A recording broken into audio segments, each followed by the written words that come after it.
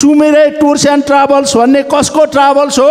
विगत 10 वर्षदेखि जापानमा भिजिट भिसाका नाउँमा हजारौं मान्छे पठाएर अरबौं पैसा त्यहाँबाट लिएर संसदमा प्रतिनिधित्व गर्ने र संसद किनेर पार्टीबाट प्रतिनिधित्व गरेर भिजिट भिसामा बदमासी गर्ने काम भएको छ र तिनै मान्छेहरू यता कता संसदमा आएर उफ्रिने काम पनि भएको सुन्नमा आएको छ। यसमा निष्पक्ष छानबिन भएर कारबाहीको दायरा अगाडि बढ्योस् भन्ने माग गर्न चाहन्छु। सम्माननीय सभामुख महोदय, समयको लागि धन्यवाद छ। हामी हाम्रो आन्दोलन जारी राखेका छौँ, यो सबैलाई जानकारी छ, भनिरहनु परेन। सम्माननीय सभामुख महोदय, हामीले कस्तो समाज निर्माण गरेछौँ र गर्दैछौँ। यहाँ काम गरेर खानेहरूले चोरेर खानेहरूलाई जवाफ दिँदै हिँड्नुपर्ने।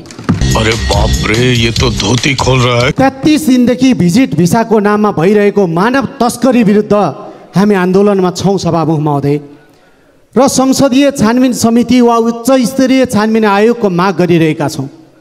यस विषयलाई विषयान्तर गर्ने गरी हिजो यही सदनमा निराधार आरोप लगाउने कोसिस गरियो सभामुख महोदय।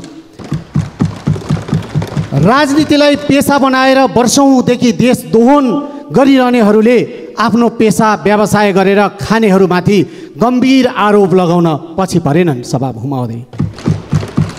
मलाई दया लाग्छ सभामुख महोदय, 2048-49 सालतिर कोही मन्त्रीका पिए बसेर सरकारी कागजात किर्ते गरेर विदेश मान्छे पठाउने काम गरे बापत हनुमान ढोकाको चिसो छिडीमा धेरै रात बिताएकाहरू पनि आज यही सदनमा संसद भएर बसिरहेका छन् सभामुख महोदय।